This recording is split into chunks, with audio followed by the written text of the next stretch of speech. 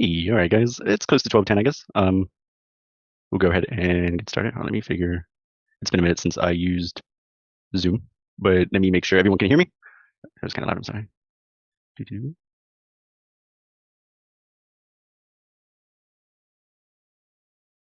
Hello, can everyone hear me? YouTube screen share. Oops. Yeah, we can hear you. Okay, perfect. Keeps telling me I have to. All right, so today's gonna be a little different than I think the usual deep dive stocks live chat. Um, Mainly because I think that the Greeks kind of as a whole need to be approached differently than they usually are. And let me get everything set up. Sorry. And I think it's beneficial to work through some of at least like looking at the Greeks in a different light. And if possible, I would enjoy that today is a collaborative effort. It is kind of me info dumping, but at the same time, we all get a lot more out of it if we participate. So if you want, feel free to join in the voice chat. If you do not, feel free to type a question in the chat. I have it pulled up, so I should be able to see it. And I will record this too. So in the future, as in like when this is over in about an hour, if you would like, you can definitely go check it out on YouTube. And I think that's about it. So you guys can see the my screen share. Screen share. Is that true? Yes, no. Yeah, I can see it. Okay, perfect. So today we have three goals, right? And the first one is to learn to conceptualize the Greeks, to kind of get an innate feeling for how they operate and how they can affect us and how we can use them to our advantage. From there, we're kind of going to create a quasi trading system. There's this algorithm that I use that kind of helps me realize what position do I want, what am I trying to capture, and then kind of what is the risks and benefits to that style or to that trade that I want to take out. And then from there, we just start playing. We're going to look at, I have 5 examples, I think, set up of kind of increasing difficulty in terms of a management issue or oops, or not, or like a portfolio desire, right? And we are going to have to work through this new kind of system with the Greeks to figure out how we can best capitalize on a expected outcome in the market and how we can make money from it. So pretty straightforward, guys. And again, please feel free if I guarantee you, if you have a question, it's probably because I'm ranting and not explaining things clearly enough. And so typically when that happens, most people are confused. So definitely do not be afraid to, bark at me, tell me to slow down, tell me to review something, and I'd be more than happy to do that. So if there's no other questions, we'll go ahead and get started. So let's start with the classic delta. And what is the definition of delta that you kind of always hear? If anyone wants to just pop that up or put it into chat. Like if anyone ever talks about delta, it's like, there's like this classic definition of it. It's like the rate of change of the underlying. Right. It's like how the value of the option changes, right? So we'll put a triangle for change, how the value changes with a change in the stock price, right? And if my handwriting becomes too atrocious, also let me know. And you and my 5th grade teacher can have a nice little chat. But what is delta really? Like one of the things we're going to do today is kind of adjust our viewpoint of the Greeks. And we're going to see that it kind of becomes a lot more effective to represent the Greeks in terms of what exposure they give you in your portfolio. So what is the exposure that delta gives us when we have delta in our portfolio? So how can we think about what delta is? So we know that delta can change the value of our portfolio or our option. And how can it do that? What is the exposure that it's sensitive to? Any thoughts? I think the knee-jerk reaction is that it's sensitive to the movement of the price of whatever option you're looking at. But I think what you're trying to get at is that the dealer has a big role to play in this as well. I would say the knee-jerk reaction is exactly what I'm going for, right? And we're not going to complicate things needlessly by inviting any of our unfortunate options dealer friends into this conversation. Yeah, let's not do that today. I haven't had enough coffee to start talking about options dealers. But so delta gives us just the exposure to the stock's price, right? And so when we have delta in our positions, also, sorry, if I do have to kind of cut out randomly, it's probably because the puppies are going crazy. There's never a lack of chaos in here. And so when we have delta, we have exposure to the stock's price. And one of the unfortunate things about the Greeks is no matter how much we want to conceptualize them, we do at the end of the day need to understand how they work. And so one of the ways that I always found convenient is to look at how the exposure or how delta changes depending on 2 different categories, and that is time and that is moneyness. Wow, okay. Guess I'm just not going to write today. Right? And so we have this little chart here, and up top we're going to say far in the money. We're going to put at the money here. And then here we're going to put far out of the money. And then for time, we're going to put near dated. So that would be like a near dated expiry option. And over here, we're going to put far dated. And the question is, how does, if my reference point is at the money, how would a quick caveat, when we talk about the options, as I think it was Conway, I'm sorry, was that right? Mentioned things tend to get messy when you're talking about if it's dealer, if it's not dealer. So in order to avoid all of that, we're going to ground ourselves with like one perspective. And that perspective is always going to be that of a long call. Oops. And we're going to see that we don't need, how many times and how many tables have you looked at that show all the different configurations for long calls, short calls, long puts, short puts in terms of, how do they change when time passes? How do they change when volatility increases? We're going to see today that you only need to know one table, and that is a long call. And that's because all calls are puts and all puts are calls. So we're going to see that they're all the same. They're just either mirror images of each other or literally exact copies of each other. So we're always going to use the perspective of the long call. And so let's start filling out this table. And this table is going to tell us how does the delta change as we kind of move around in this environment. So if I'm an at the money near dated, so let's say I'm here, and I'm an at the money near dated delta, what happens if I go from being at the money to all the way in the money? What happens to this, like the size of my delta? What happens to the exposure of my portfolio when that happens? So think if I have a stock that's trading at $10 and I buy a $12 put or $12 call, and then the stock's price goes to $15, what happened to my delta? Your delta went closer to 1. My delta, it grew in price, right? Right, it grew. I gotta be careful here with sometimes things get a little cluttered, so it grew. What about if I go from out of the money or at the money to out of the money? Your delta fell. Right, fell. Right. And then what happens if we look at this now in terms of far dated? So if say I'm a far dated at the money option or call, and I move in the money, what happens to my delta?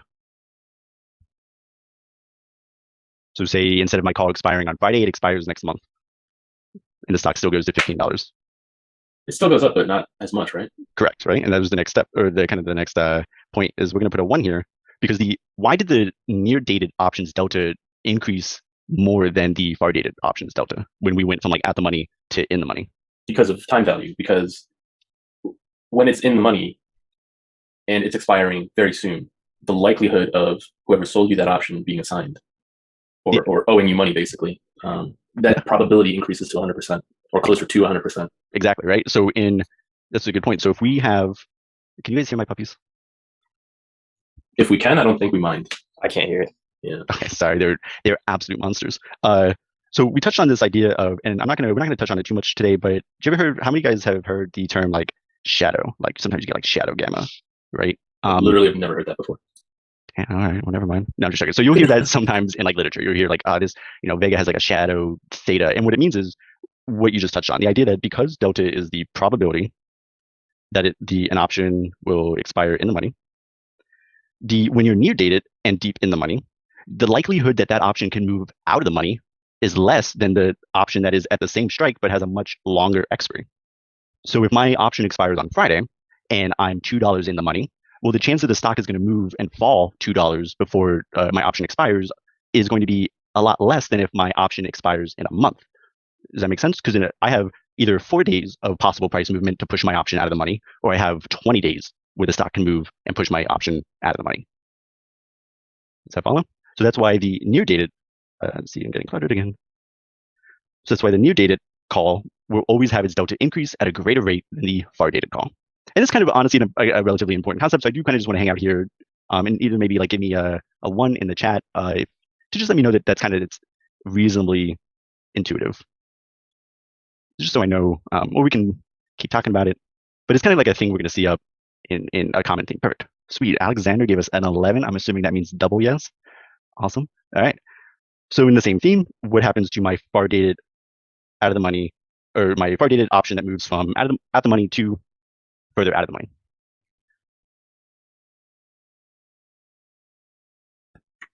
The far dated one, it would also, I guess it depends on how much the price moves, but for sake of this discussion, it would also lose delta, but maybe not as much because there is more time for it to get back at the money or in the money. Exactly. So the idea is the delta will shrink. It will get less as you move out of the money, especially from an at the money position. And just like we saw before, because now we have more time, we go from like maybe a week's expiry. I don't know why my voice keeps cracking when I say time. but we do have more, a week until expiry versus a month until expiry. That tells us how much time we have until that option can become in the money. If you are 10% out of the money and you only have 4 days versus you're 10% out of the money and you have 20 days, that's going to start deciding what the probability of your option is going to be able to expire in the money is. And so, again, this term would be shadow theta. The idea that somewhere baked in here inside of delta is also this component of time. And we're going to see that kind of keeps popping up in the three main Greeks that we talk about today, which, by the way, are delta, theta, and vega.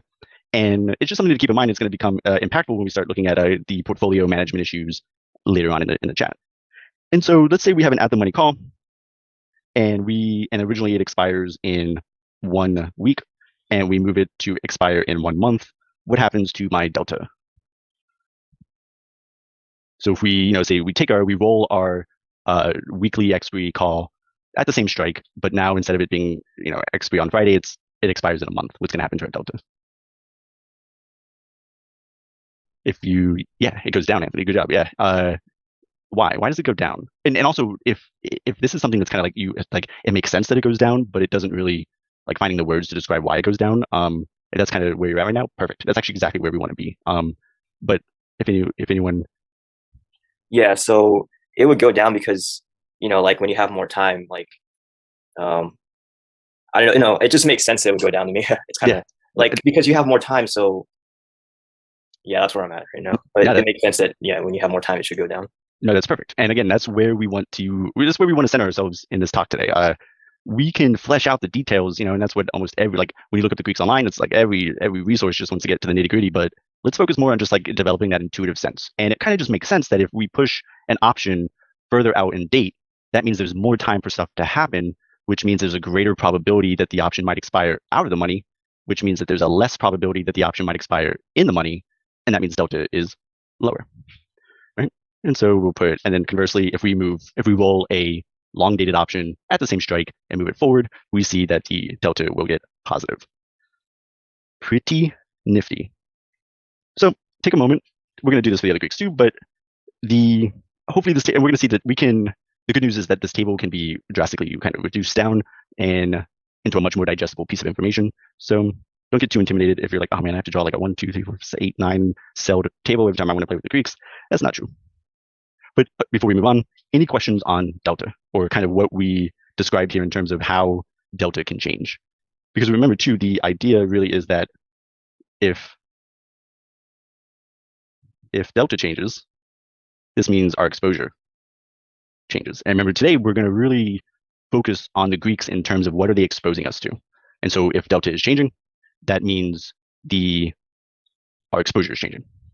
So Justin, when you say far in the money, ITM, and far OTM, so the word far itself, does it mean deep in the money? Oh yeah, I guess deep would probably be the more common term. Okay, not on the fringes. Okay, so yeah, just like the idea that like let's go to the extreme, like let's move it from at the money to the further strike that puts it in the money. Yeah, so I guess deep would be a better word. Also, maybe switching them and having over the money up top since we're doing long calls. How did I do my? Oh well, it's too late now. But any questions? If we're ready to move to the next Greek, pop a 1 in the chat, or if there's any questions, let's dissect them. Oh, I'm sorry, Warren. You've been. Alrighty, cool. All right, let's go to Vega. What's Vega? If we went on Wiki Stocks, is that what it is right now? And typed in Vega, what would it tell us? Vega has to do with implied volatility. Yeah, so it's no, go on. I'm sorry. It's how much the price of an option changes based on IV. So we'll do the change in the value of option from the change in implied volatility. Cool. And then, so what does Vega expose us to? What does Vega expose us to? I'm gonna guess.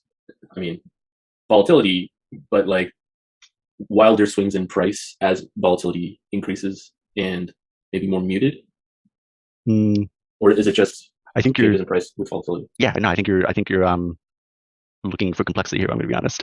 Yeah, I tend to do that. Go ahead. No, same. That's how I feel like I can identify it. Like the exposure of Vegas gives us exposure to implied volatility, right?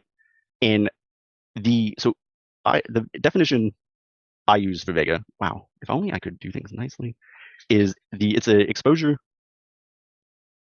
to uncertainty,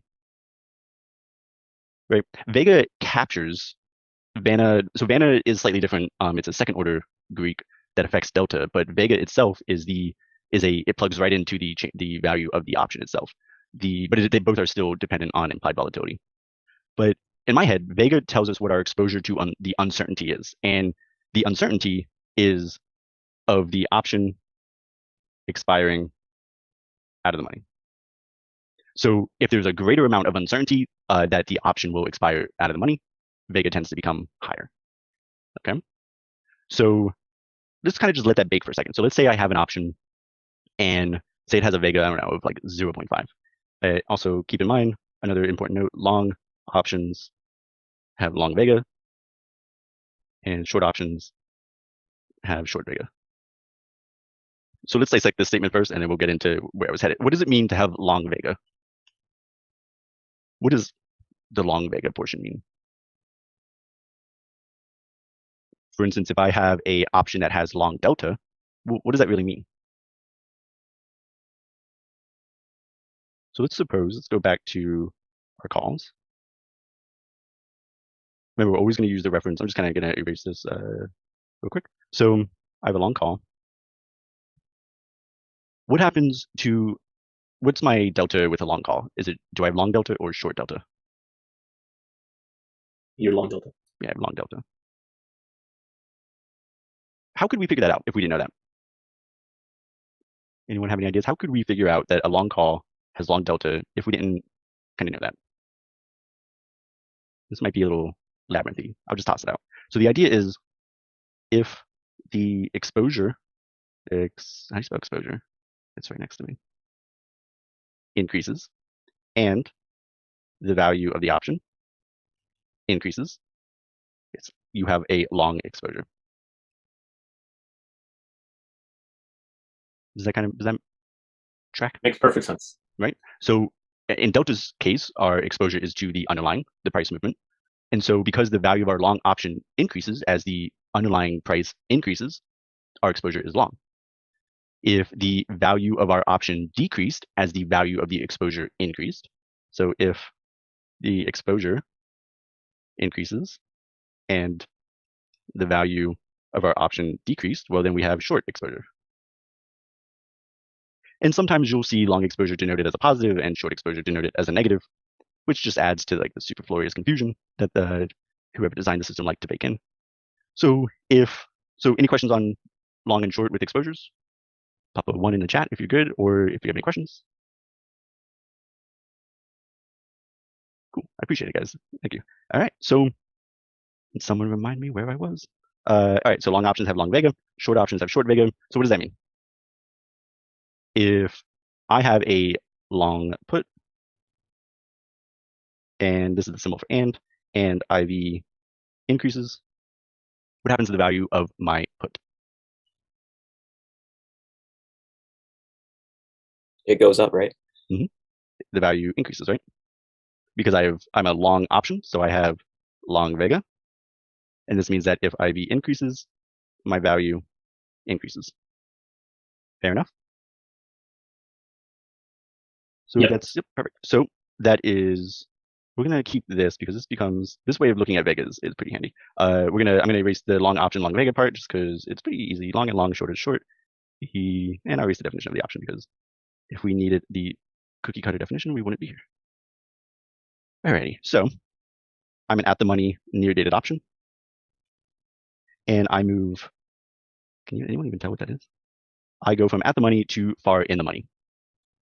What happens to my Vega? If you're long, then it increases. And if it's far in the money, it increases a lot. It increases.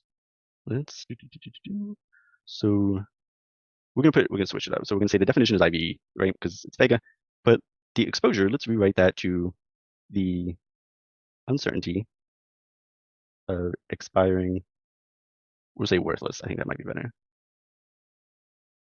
So Vega is the measure that of the probability that this option or trade might expire worthless. So always from the perspective of the long call. If I go from at the money to far in the money, what happens to my Vega? It's certain that it won't expire worthless. So it will be in the money. So then Vega actually goes to 0? Exactly. Yep, perfect. Okay. So because as with our long call, as we move further in the money, we lose that exposure, we lose that uncertainty that the option might expire worthless, right? Because we're getting pushed further and further into the money. So it would take a greater amount of movement to move us back out of the money. What about if the opposite is true? What if we go from at the money to far out of the money? Then Vega increases towards 1. It is definitely or more likely to expire worthless. Mm-hmm. So this is a little bit of a trick. It is more likely to expire worthless. Read the exposure statement again. The uncertainty. Oh, so it also goes to 0. Mm-hmm. Oh. Why does it go to 0? Why does, if we push a option further out of the money, why does my Vega move to 0? Because the uncertainty is gone. Correct. Yeah, there's no uncertainty. Right. There's no uncertainty. Okay. If I have a $5 call or if I have a $100 call on a stock that's at $5, I mean, there's no uncertainty here. That option is expiring worthless. Why did you buy it? Right? Yeah, good point. So what about so now let's move over to the far dated. If we move from at the money to far in the money, what happens to our uncertainty that the option will expire worthless?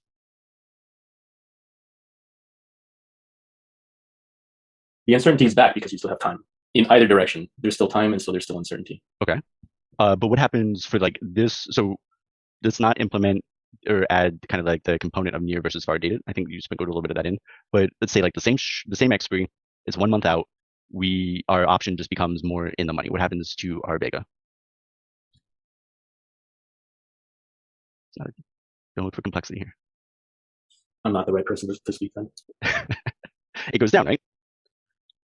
As we move further in the money, again, we lose that uncertainty that our option will expire worthless. What Conway was kind of hinting at was the idea that it still has more uncertainty than the near dated option, right? If I'm 20% in the money, but I expire in 2 days, well, I can be pretty certain that my option is not going to expire worthless, right? Like the stock would have to move 20% against my favor in 2 days. But if I'm 20% in the money and I have 100 days, that's only 2% per day on average, right? So there's still a greater amount of uncertainty. So when we compare Vega, when we compare expiries, we see that the far dated expiry, let me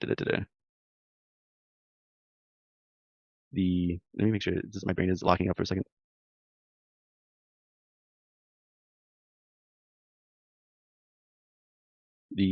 Sorry, why is my brain not enjoying this statement?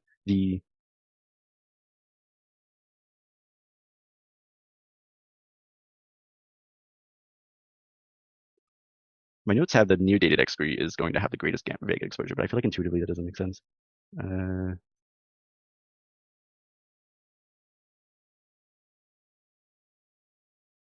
Is this true? Sorry, small little intermission. Let's come back to this. But I am going to trust my notes on this one. But let's not leave today's conversation without all of us conceptually understanding why the near dated Vega as far in the exposure has a greater amount of uncertainty. But moving on. So what happens in the option that is at the money, far dated, and it moves further out of the money? What happens to the Vega?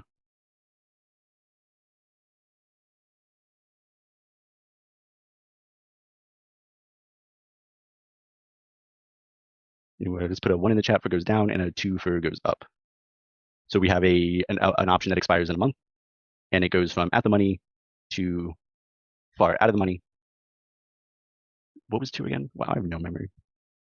2 is that it goes up. Okay, yeah, perfect. So 1 is that it goes down, and 2 that it goes up. And much like before, it's going to go down, right? Which is, oh, I know what my notes did. So the magnitude of change for the near dated is greater, which is, yeah. So the delta is going to change, or the Vega is going to decrease at a greater rate for the near dated that moves at the money to in the money than if the Vega is far dated, because again, the far dated has more time. So there's still more uncertainty. So because the near dated option loses that uncertainty quicker, it has a greater effect. So Vega moves the most. So then with that in mind, if we move from out of the money to in the money, or deep out of the money, at the money to deep out of the money, and we said our Vega decreased, which one is going to decrease the most? If we had a near dated option that moved from at the money to out of the money, or a far dated option that moved from at the money to far out of the money? The far dated.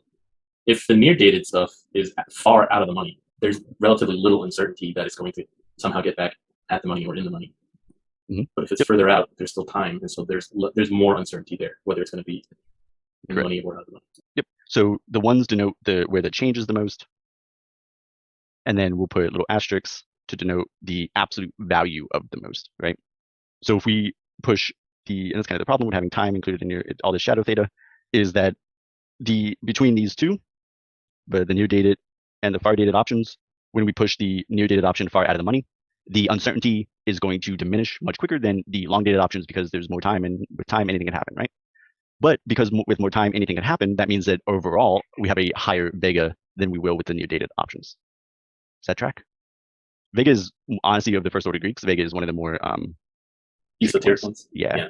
But I still kind of, I don't know if you agree, but I still kind of think that thinking of it in terms of the uncertainty is really the way to go with Vega. The asterisk is more than one, not necessarily, just that it's of a greater magnitude than its counterpart, its near dated counterpart. So that means essentially, if we summarized the difference between the far dated and the near dated, is that the far dated, wow, that's not. So the far dated will always have more uncertainty. Thus, it will always have more Vega. Because with more time, there's always something can happen. Right. So let me try to rephrase this to see if I understand it correctly. Please do. If you've got an option expiring tomorrow, there's not a lot of uncertainty there whether or not it's going to randomly increase in value by 10 or 20 strikes or fall in value by 10 or 20 strikes. So Vega's, it's not uncertain. Like the price that it's at, when it's expiring so soon is pretty predictable, and so there's less uncertainty. And so Vega should be closer to 0. But if we talk about the same option expiring far in the future, we don't know if it's going to go up that many strikes, and we don't know if it's going to go down that many strikes. And so there's more uncertainty there, and so there's more Vega. Perfect. Okay, cool. Yep. And Thomas asked, is Vega then also responsible for the IV crush after earnings? And exactly it. That's exactly it.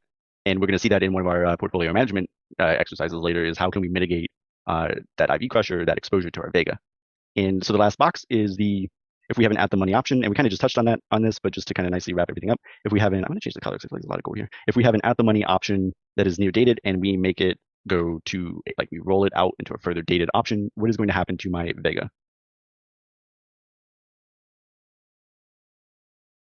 So let's say I take my long call that expires today, it's at the money, and then I move it to expire at the money, same strike, but in a month. Increase. Yep. Good job. And then if we move from far dated to near dated, decrease. Vega will be, if it's already at the money, it'll decrease. Yep. And out of these two, out of the near dated and the far dated, which one has just a greater amount of Vega overall? Which one has a greater amount of uncertainty? Far dated always? Yep. So the far dated. Right. All right. More as more risk, more reward, less risk, less reward. Yeah, and you'll see that that's a pretty good video topic, but the options are kind of inherently priced like that, right? If you're purchasing less risk, you're kind of giving away a greater amount of your reward. But definitely a talk for another time. But any questions on Vega? Any topics you guys want to cover? I'm going to clean this up just a little bit. I don't know why I decided to try to be fancy. So this is just we'll call it we'll call it just the uncertainty principle, right? Get some physics in here. Alrighty. Any questions? A 1 in chat if we're getting comfortable with Vega, and a 2 if I'm making no sense. Justin, if you can explain again the far dated and far OTM column, the bottom right part. Yeah, I'll raise some of the noise.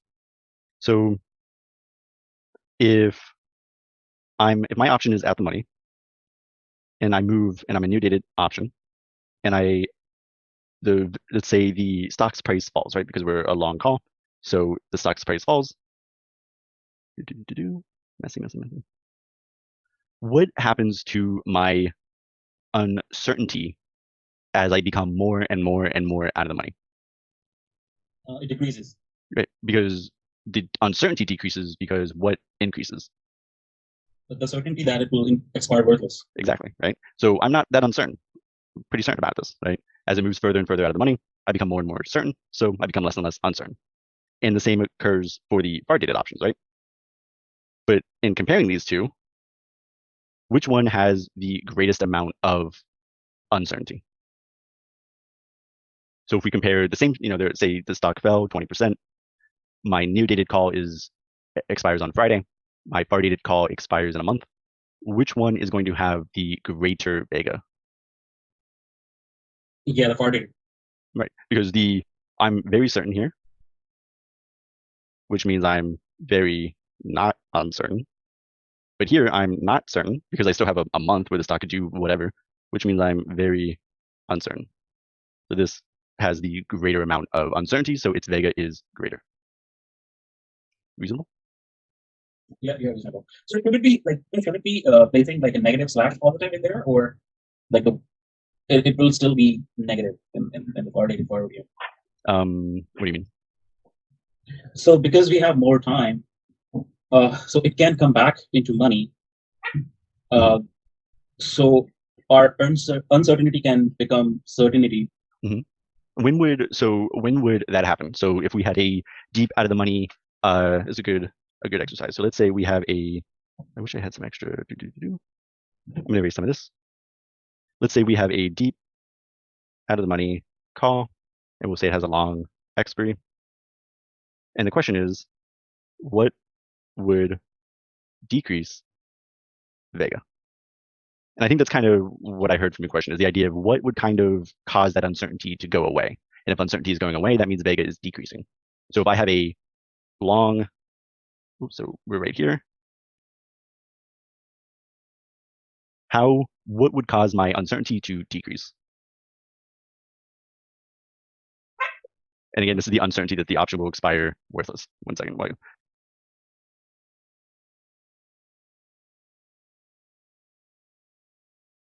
you repeat that?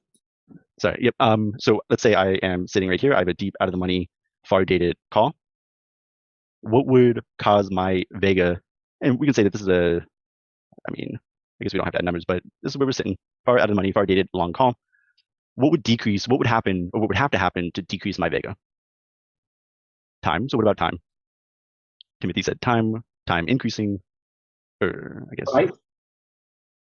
time. Yeah. So Anthony said less time. Correct. So as we move near dated, we're going to draw. Actually, and what's interesting is the trick that I talked about that we're going to get to after we talk about theta. This touches on it. This question. So this is a very good question. So as we move from far dated to near dated, our Vega decreases. Cool. What else? Or is there anything else that could decrease our Vega? So we said less time to expiry, because as expiry approaches, we become less uncertain about if our option is going to expire worthless or not. What about extreme price movements? Price rapidly accelerates out of the money strike. We're not unlikely moves closer to strike in the money. Perfect. All three. Beautiful. And so we saw that if the price moves so that we get from far out of the money to at the money and then deep in the money, our Vega decreases. So those are the two situations where the exposure to Vega would decrease if we had a lot of Vega, right? The one is that the time to expiry would approach, and then the other is that the option would move more certainly in the direction of being in the money. But also, what if the option's price tanks? What happens to my Vega even more? Like, let's say the option literally it gets delisted, it goes to 0. So we said that what would happen? What would happen to my Vega? Vega would also decrease because there's less uncertainty there, especially if it gets delisted. Right. Yep. So this arrow over here, where we had this kind of depends on kind of what makes the uncertainty, like where is the worth in my option. But the take-home message here is that as I think we're seeing with a lot of the Greeks, the time and the moneyness are the two things that like determine the exposure or the amount of exposure. And those, especially for the first order Greeks, kind of really being able to conceptualize this makes things, I think, a lot simpler. So if we move closer to expiry, we become less uncertain. And if we move closer to kind of the strike or more out of the strike, in all cases, our Vega decreases. Mm-hmm. And we don't have to worry about like who's going to decrease more, the near dated or far dated. I'll leave that as a homework for the listener. Any questions on Vega? Yeah, just for my own notes, can I use less than or greater than equal sign, like instead of negative and positive sign? Because that actually is making my concept more better. Like when I'm looking at negative and positive, it makes me okay. It is negative. It is positive. Not like lower and higher. When I go, if I'm using lower and higher sign, then that's actually making it more clear in my head. Oh, for sure. Yeah, no, that works. I'm going to say one of the benefits of kind of like shutting the door on the options dealers is that we don't, for the most part, need to worry about like positive, negative Vega. But so I always, just to kind of where I'm coming from with the negative and positive, my brain always just focused on the change of things. Right. So the negative change of, that says time, change of things. So negative means that the change is becoming less, or like the magnitude is shrinking. But that's just me. But yeah, no, feel free to, I mean, your notes, right? If you can translate my rambling into coherent notes, that is a marvel, and I need you. All right. Any questions on Vega? And Vega's kind of like the meaty one, so don't worry about it too much if this seems like a bit much, because honestly, Vega is. All right. Last one, let's move to Theta. So what's Theta? Time decay. Right. So if we went on like StockWiki, we would say the time decay, right? So what's our exposure? How close in time we are to expiration. Right. Should this be white on there? So our exposure is time. I think. Let's think of let's hang out here for a second, and just like with Vega, we kind of translated the exposure. Let's see if we can't come up with a translated definition for the exposure for Theta. So that is the goal for this section. So let's start filling out the table and see if we can't come up with a translated exposure definition. Oops, sorry, hold on. Aha. All right. So as usual, we start here. I am a near dated at the money option, and I become, hold on a second.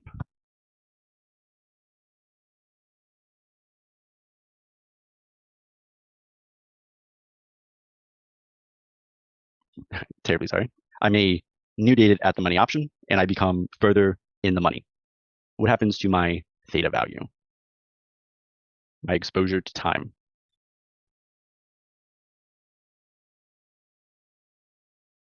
Further out of the money or further in the money? Sorry, Anthony, I don't know if that was from Vega or from Theta.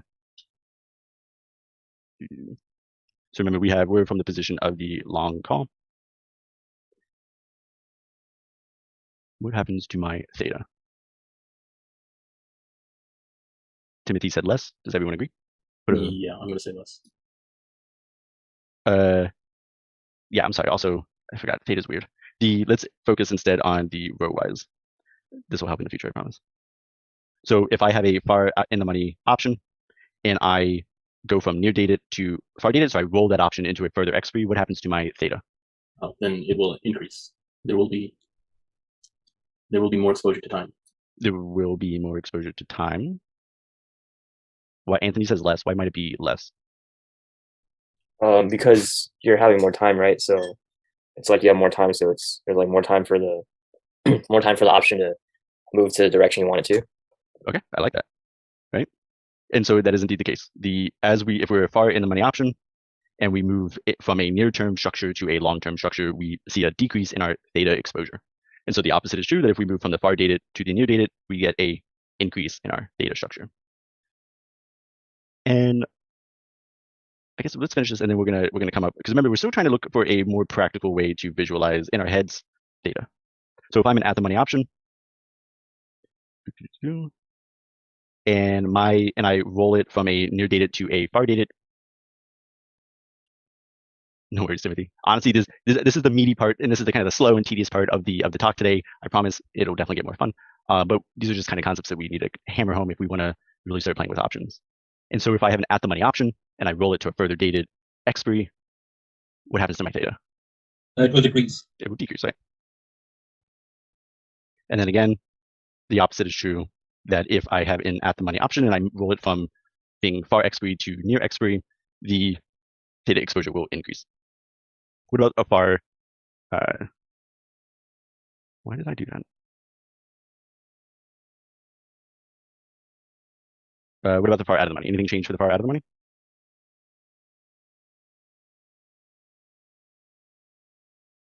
So if I have a call that's $100 on a stock that's trading at $10,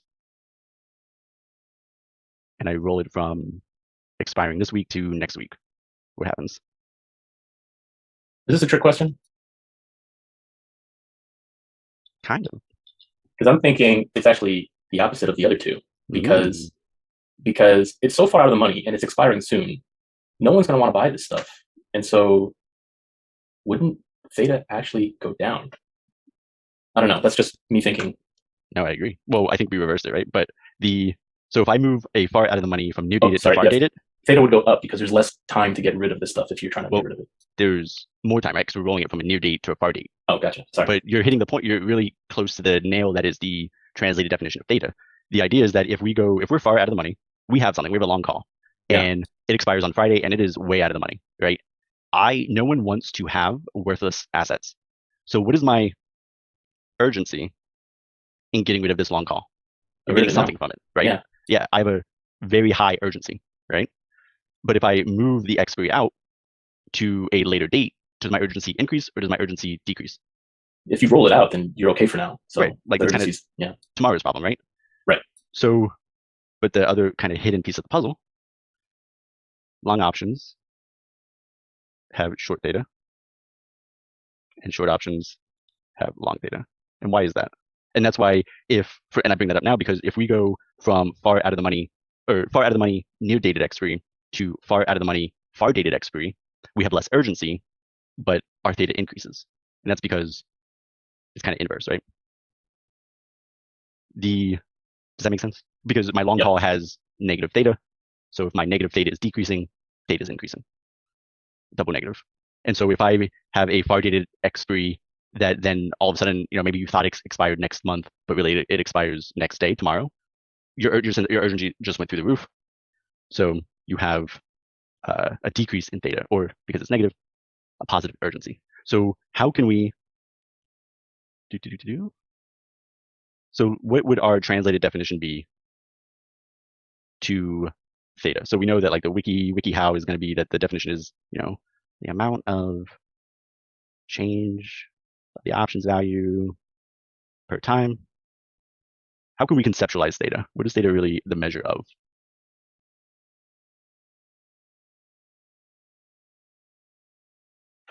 How much time you have left before you have to make a decision on your options, on when it expires?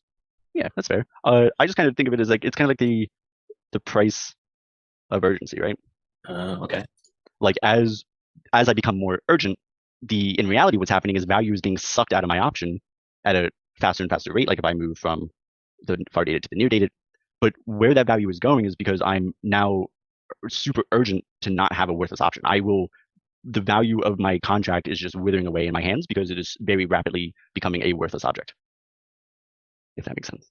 But then we kind of have to like inverse everything because long options, and so I guess price or cost. It's hard to like use these words in a financial centric talk. But so then why does So does that even?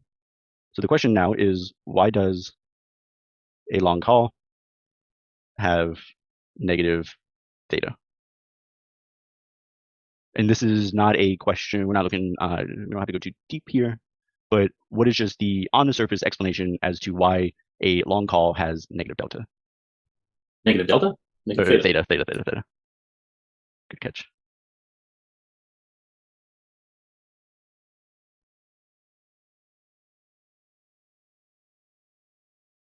Why does a long call?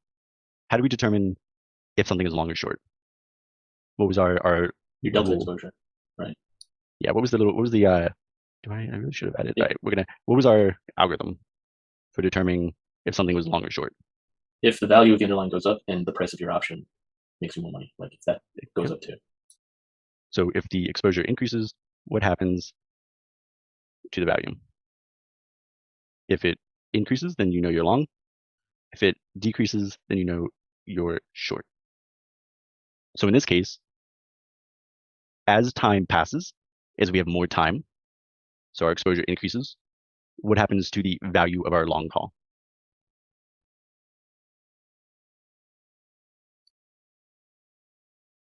It goes down, right? Perfect one. Yeah. So we know we have short theta. Easy peasy, right? And this is something that I may be beating a little bit of a dead horse here, but I still routinely kind of go through this process, especially I feel like sometimes you can study options forever and then you read something that's like a 5-word sentence and your brain just breaks. At least that's what happens to me. So this is one of the mantras that I always kind of have to repeat of like, all right, so what is the value? How does the value change as this exposure increases? Okay, so then, all right, I'm looking at short Vana, short charm, right? Because it extends to all of the Greeks. But yep, that's Theta. A lot shorter than Vega, thankfully, right? Any questions? Speaking of what you just mentioned, we haven't gone over charm or Vana. Are we going to talk about that at all, or not today? Okay. Just because the second order Greeks get a little feisty. So like each second order Greek would be like its own talk, and these talks are really only meant to be like an hour. But I'm here as long as you guys are here, so we'll keep going if we want. But the second question: when would charm and Vana even be relevant? Because I see it a lot after like monthly options expiration. The charm, almost never. Vana can be very important. Okay. Yeah, and are you a member? I'm sorry, I'm having. I'm a premium member, yeah. But just like on Twitter, I see big names in the volatility space talking about charm and Vana, particularly after monthly option expiration. But so I only asked just because if you check out the did I publish it? Not yet, but I'll get back to you. But there is a piece on when Vana becomes very important. Okay, I'll keep going. Yeah, and actually, I think it's the new primer I just put out on the dealer long puts. There's a section there about Vana. Gotcha. So Vana can be very important. Charm almost never important. Okay, but for today, we're just going to stick with these three: the delta, the Vega, and the Theta. Correct. Okay, got it. All right, and so before we kind of finish the first part, are there any questions on these, on the Theta, Vega, or Theta, Vega, Delta? Put a 1 in the chat if you're ready to hang out or ready to move forward. Put a 2 if you would like me to discuss something, and then I guess the value of Theta always negative, denoted as negative?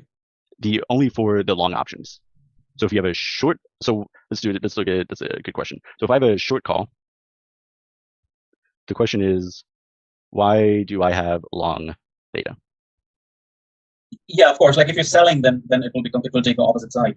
But I'm just thinking from like generally, because mostly you're only buying, right? Like I mean, you're long, either long call or long put. So in that case, in both cases, it will be a negative Theta, right? Mm-hmm. Unless you're selling calls. Correct. And puts. Okay. Correct. But although it is like if you're selling, it's opposite than when you're purchasing. But do we kind of conceptually also are we comfortable with the idea that the short options have long Theta? No, it would be great if you can explain that. Yeah, I just like took it as conceptually that it's opposite. So yeah, it would be nice if you can explain that. No, for sure. And because this comes up, one of the difficulties of options is that there's the value of the option, right?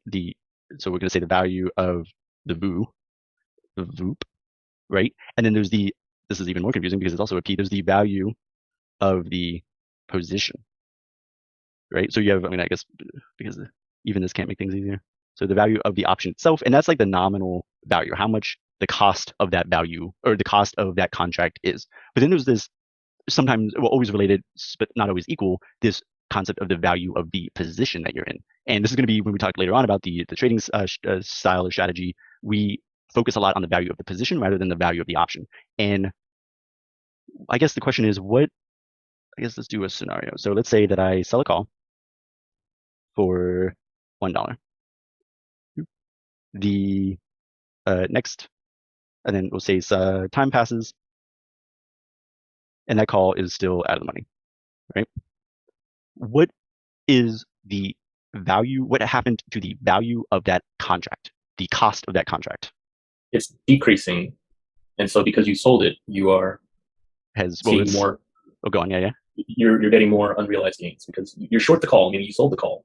As time passes, Theta is decaying that call for whoever bought it, which means that you're making more and more unrealized gains. Right. So perfect. And that it highlights the difference in the compartmentalizing sometimes we have to do when we talk about the value of an option. So just to I'm going to repeat what you just said is that as the time passes, the value of that contract decreases, right? So I sold it for $1 and now it's worth only 50 cents. That's that short, or the time passed long. Yep. So the long option decreased in value. The value of my position, and that is of someone, this is the contract as a whole, but the value of my position since I sold the call, did that increase or decrease? Increase. Yeah, it increased. Because I can now, if I need, repurchase that option for 50 cents and I made a 50 cent realized profit. So the value of the contract decreased. The value of my position, which is that of holding a short call, increased. And if I increased my value as Theta passed, I have long Theta.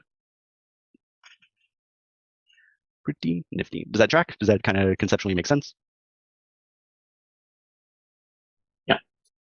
right, let's put a, all right.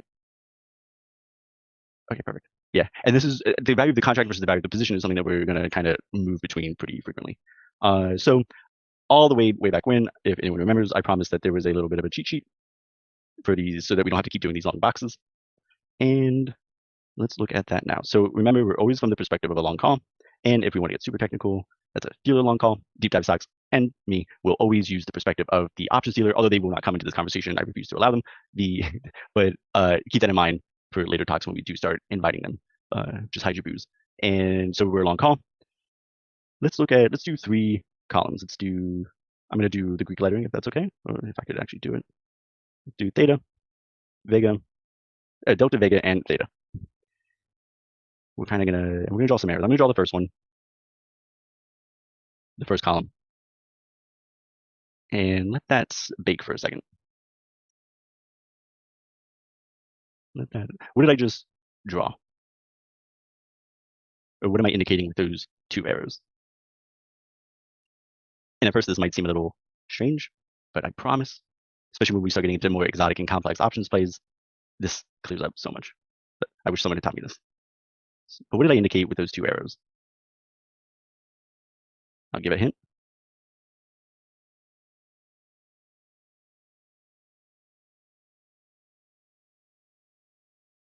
Hang on, what's that first symbol? That's not delta, is it? It is, yeah. I just don't do what deltas like do or something.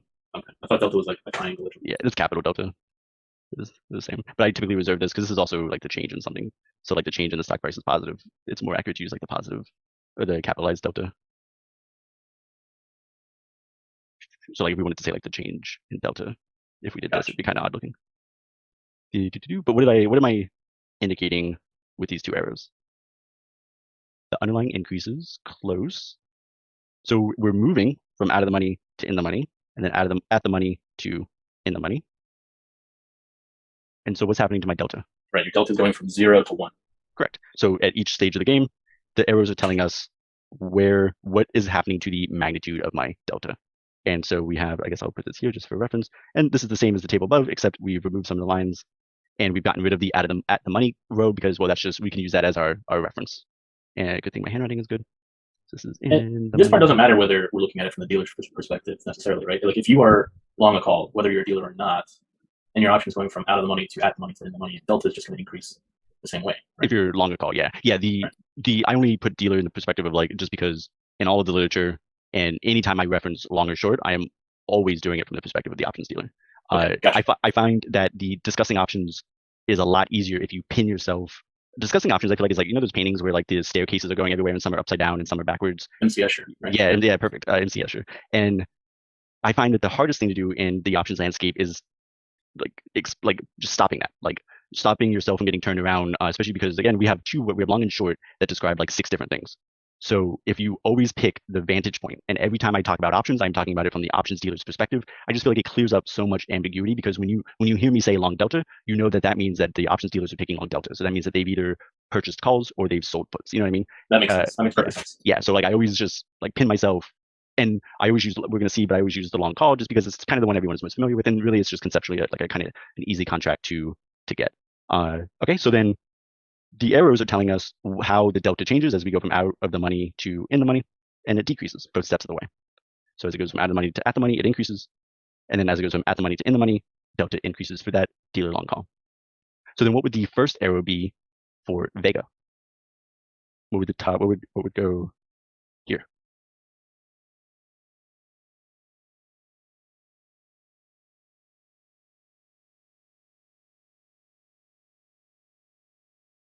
So if we have an option, Vega is the uncertainty. Mm-hmm. So there's less uncertainty. So it would go down. Mm-hmm. So the arrow would be pointed down, because as we move from at the money to in the money for our dealer long call, the decrease. Sorry, Anthony, I didn't see that. Yeah, so it decreases. So the arrow goes down. And then what would the next arrow be below it?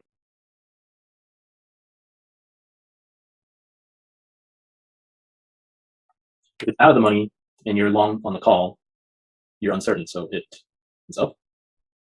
Or am I misunderstanding something? Nope.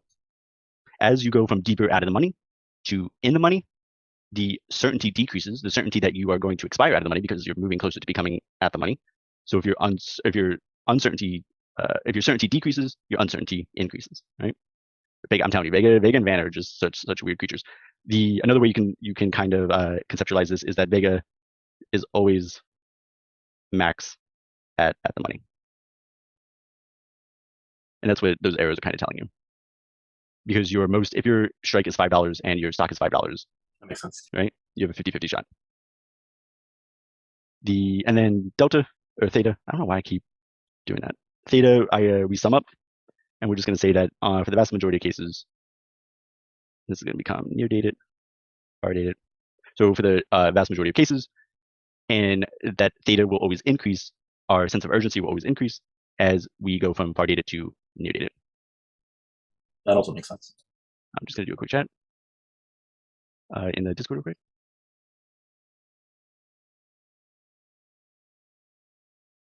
And if you know anyone that you think would enjoy, feel free, let them join. Okay, so that's a lot of writing. I told you it was going to be more simple, so let's look at the shorthand, right? All right. What would someone needs to come up with a catchy name for me for this? I don't have one yet. What would a short call look like? What would be the first column of arrows? What would be the first arrow up top? The delta would be flipped. Mm-hmm. So what would the first arrow would point up or down? It would be down and down. Down and down, perfect. How about Vega? Vega would be the same. Mm-hmm. Because Vega is uncertainty. Mm-hmm. And so if it is deep in the money, you're certain that it is going to be deep in the money. So Vega would decrease because of the uncertainty. Oops, I erased it. We'll do near dated, far dated, but we don't really actually need to worry about it. Let's just do, we said it was the exposure to uncertainty. What was the uncertainty we were exposed to?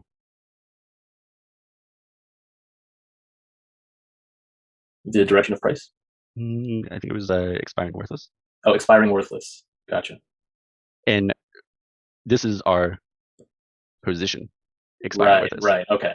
Right. So the idea that the position I'm in. Right. Okay. So it's flipped as well. Bam. Does everyone follow that? Right, because this is from the position of the dealer, meaning whoever sold the call. You short the call. Okay. Yeah, that does make sense. So let's say I have a short call, and I sold it. Right. And the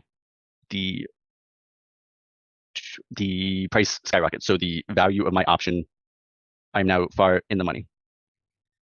How uncertain am I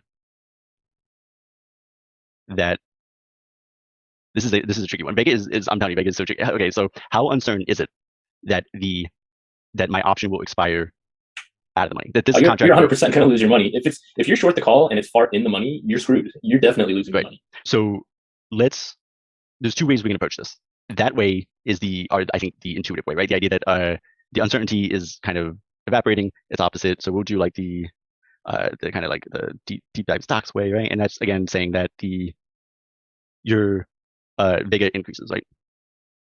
How does this also still make sense though in terms of if we wanted to use just the like raw definition of Vega, which is your exposure to volatility? So as the option moves further in the money, we said that the Vega decreased, but we also said that short contracts have negative Vega. So if I have a negative Vega that's decreasing, I'm increasing. Not positive, yeah. Right. Vega is super annoying. So we have arrows that are pointed in opposite directions. And then what happens to my theta? What happens to my exposure to time? Urgency increases. So if you're short the call and it's in the money, your urgency also increases. So theta increases if you're short the call. If I move from far out of the money or far dated to near dated on a short call,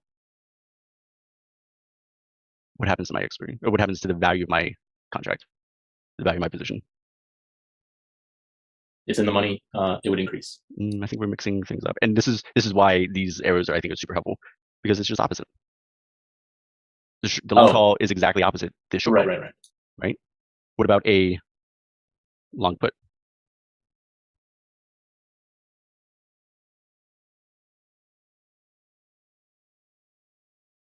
What about a long put? All right, let's start over real quick. You are looking at long puts now. You're looking at what? They're in the money, and you're rolling them from short term to far dated. Yep. So remember, we have 3 columns. We kind of start reference point like at the money. What happens to my delta, the magnitude of my delta, as the at the money long put becomes an in the money long put?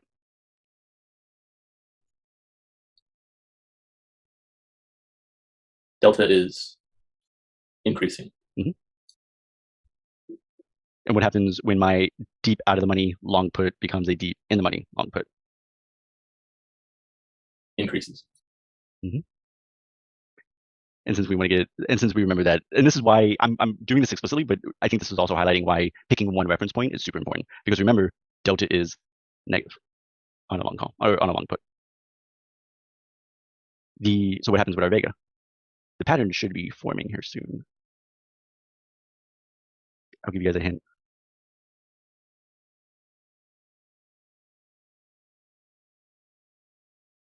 A call is a put, and a put is a call. Same as a long call. Close. Remember, we have, instead of a lot of long delta, long Vega, we have short delta, short Vega. So it's not actually the same as the long call. It's the same as the, how about the short call? Perfect. Yep. Exactly right. Oops. Again, it's not my brand color. I don't like it. Get rid of it. And then so a short put should be the same as the short put would have the same configuration as the long call. Perfect. Long call. Cool. So you see how if we really only focus on one, which I think is easiest to do the long call, we can just kind of figure out all the other ones. We don't need to memorize these things. We don't need to know, like, all right, if I'm selling a put but I become further dated, who knows? Who knows what happens? Write the little arrow box for the long call, and then just translate it to that of a short put.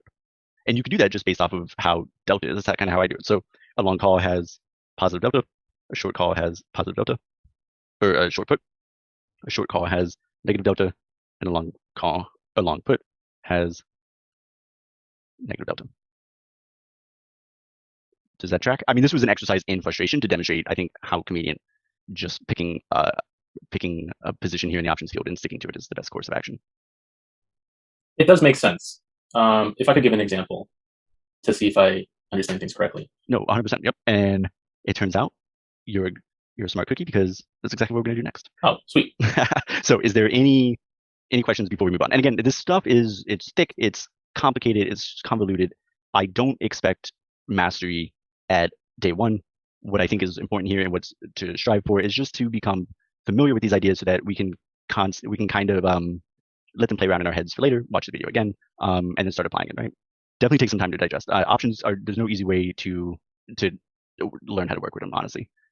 Currently mining portals in my mind, all the information. Yeah, I'm a huge proponent. Like, I'd rather sit here for 10 minutes and like connect dots than to kind of just like throw info at you. But just as a sign of solidarity to how we only need one of these, and that's exactly, we're going to see that coming up. I only ever focus on long calls, and I just kind of reverse engineer anything else that I need. Any questions before we move on? If we're ready, pop a 1 in the chat, just so I know, and then we'll be good to go. Perfect. Does anyone need a break? I know we've been here for, has it really almost been 2 hours? That's pretty wild, actually. Anyone need a break? Is everyone good? I guess it's recorded, so you can come back, but if no one says anything, I'll assume everyone's good. All right, so before we, can I zoom out? Before we get started on the portfolio kind of management examples, I have a system that I use, and I think that it's, I think it's super good. You know, I mean, I was just saying, but I wanted to share with you guys, because I think one of the issues, especially if you have a position in your portfolio that's going sideways, is things kind of get very like flustered, right? Like, it's like, oh crap, I'm losing money, blah, blah, blah, blah. And having like a very directed course of action and a very specific series of steps, I think is really important in learning how to navigate dynamic markets. And so EATJAL is the acronym that I use, and it stands for expectations, exposures, possibilities, justifications, against, my win conditions, and then my losing conditions, right? So how I use this is the expectations are what do I, as the name might imply, what do I expect the stock to do? Or what conditions do I expect to change? My exposures are what do I want exposure to? And I should stop doing that. What don't I want exposure to? And then from there, we talk about the possible options plays that meet those criteria. So it's able to capture the expected movements and also keep me away from those exposures that I don't want. And then once I pick an options play, I actively tell myself this is why. Right? And then I actively tell myself why is this a bad idea. Right? And I'll write it out in a list. Like every time, especially if it's like a big play, like I actively make myself think through this process. The win conditions, and this is a little subjective, but the idea isn't profit conditions. It's when I'm more interested in knowing when I was correct. And sometimes we can fuddle the details of a play to where maybe we don't make all that much money or maybe we lose money, but we had the correct intent. We just didn't execute, right? So there's always kind of a difference in like understanding and interpreting the market to play in it and then that execution of playing in the market. But for these win conditions, for me, this is more of like, was I correct? Not was I profitable, but was I correct? Because I can fix mechanics, right? That's straightforward. All right, next time I'll buy a longer dated whatever. But it takes a lot more work if you're incorrect. If you're incorrect, then that's something that needs to be very much so worked on. And then the loss is, or basically not was I correct, but what would the stock do to show I'm correct, basically, to prove I'm correct. And then conversely, what's my voice cracking so much more? What would stock do? What would to prove I was incorrect? Right? And that's talking fundamental, my concept of what was going to happen on the stock just didn't happen, but let me brainstorm what those things will be so that I actively know what to look for in the coming days. As soon as I open the position, I have a list of things that if these things start looking like they're starting to happen, I know that I'm about to be proved incorrect, right? So that's Eep Jol. Any questions? And this isn't really the topic of the conversation, but we're going to see that this applies itself super nicely to portfolio management. If we're ready, pop a 1 in the chat and we'll move on over to the first example. Cool. All right, let's introduce ourselves to Sally. Everyone say hi to Sally. She's our neighborhood trader. Sally thinks that a stock X will rise in value by 5% by next week. How can she profit? And we're going to kind of progress our way up to, kind of the standard to the little bit more exotic. And so but every time we ask ourselves, what is Sally's expectations here? She's expecting the stock to go up. Yeah, right. I'm going to use a little bit of shorthand. So yeah. Delta positive. The delta of the stock price is positive. Yep. What exposures does she want? She wants to be long delta. Right. So I'm going to say she wants delta. And why does she want delta to be positive? Not a trick question. To make money? Yeah. Yeah. So just going kind of back to like what the algorithm figuring out long or short, like she expects the stock price to rise. So she wants the value per position to go up when that happens. Right. So stock price go up, value go up. She wants long. So we'll say delta greater than 0. Or sometimes you'll see like positive delta. All right. So then we know. So also, do we have any exposures that we want to stay away from? Anything negative delta? Yeah, I guess negative delta, but not really, right? Like, not in this example. Sally's not being very open with us. All we know is that she wants to capture a gain in price. She doesn't really tell us what she doesn't want, right? So no real like anti-exposures or things that she needs to keep herself hidden from. Gotcha. And so what are the possibilities? What are some of the options plays that Sally could use to capture that? She could buy a call. She could sell a put. Buy a call. Sell put. All right.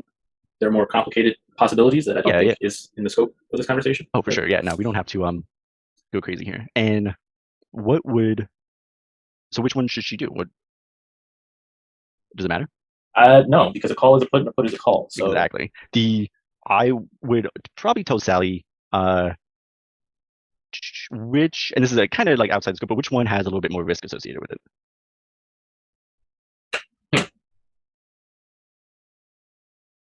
So let's say, for instance, let's go to selling a put. Yeah. So if we go to against, this would be a big drop in price, right?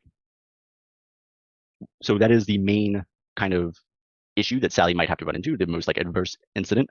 And out of the long call or the short put, which one is the most costly to Sally in the event that the stock price drops precipitously? Selling a put. Yeah, selling a put, right? Because a call that you buy, the most it can do is go to 0. So you would just lose all the money that you bought. The put has a infinite loss, right? So for this reason, let's say that Sally purchases, so justification, she purchases a long call, and her justification is risk management, right? She wants to ensure that if the stock price goes down and not up, she doesn't lose all of the money in the universe. And then the win conditions, how would she know if her position is constantly moving towards profitability? Is not a trick question. These first few are just pretty straightforward. If delta goes up over time, then she's correct. Yeah, if she sees the stock's price is going, steadily up, and obviously if she sees the stock price is going steadily down, she knows her interpretation of what the stock is going to do is wrong. Reasonable? Yeah. Cool. All right. Sally's convinced that a large reduction in volatility is around the corner, but she doesn't know, however, what the price will do. How can she profit from this? How does she know that volatility will be going lower? There's actually some decent data out there that can kind of map out expected liquidity returns, or like expected changes in liquidity. But yeah, I guess good question. Another topic of conversation, or maybe another lecture talk. Yeah, I'm very curious about that as well. But yeah, let us know. All right, let's say like current IV is 1,000 and the historical IV is 5. Right? So we're 200 times. So mean reversion. Yeah, so she just says she just looks at the nominal data and she says like, well, typically the volatility on the stock is 5. It's now 1,000. Surely it can't go any higher. It must be going lower. So she wants to profit from that outlook. So we'll say her expectation. What's her expectation? That's not it. And so her expectation is simply that the IV will drop, right? What's the exposure that she wants?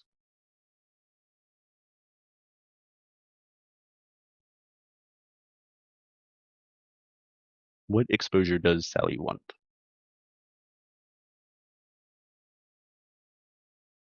She wants to be short Vega. Mm-hmm. So she wants her Vega to be negative, right? Yeah. So then, quick, which options have short Vega? Oh, who knows, right? So let's bust out our handy dandy arrows for the long call. We know that it went something like this, right?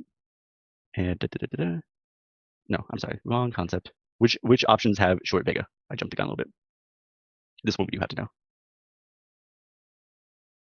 Which options have short Vega? The really in the money or out of the money stuff? The extremes?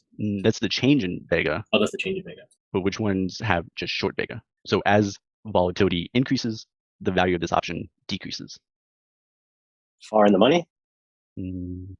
Yeah, how about long options have long Vega?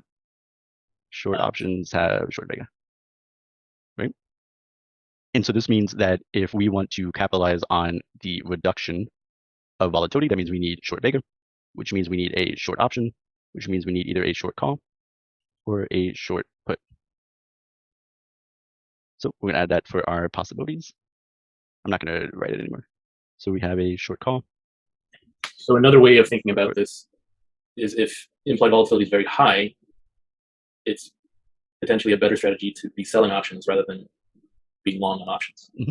Especially if you want to explicitly, you're profiting from the movement of volatility. This is how you kind of figure out how you want to do that. Gotcha. So let's quick draw. So if we have a short call, so that means our arrows look like this. And then if we have a short put, our arrows look like this. I wish like arrows were a more natural thing to draw. All right. Nope, that made it worse. All right.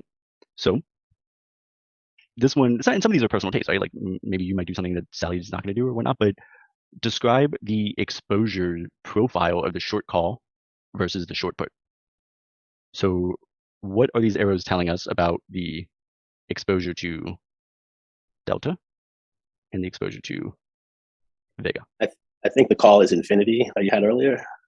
It could If the seller is selling a call and it goes all the way to zero, they lose, don't they?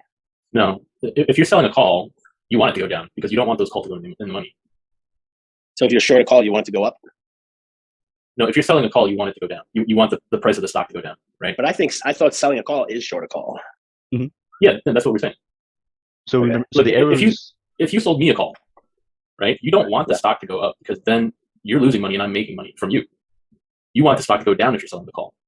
Exactly. So remember, the arrows tell us which direction the position gains value. So delta needs to go down, right, for the short calls to be. And then Vega is kind of like mixed bag, right, for the short call. Yeah, got it. The short put, we see that the arrows are pointed up. So the increase in the value is if the short put, if the price goes up, right? Yep. So, and then but the Vega profile is different.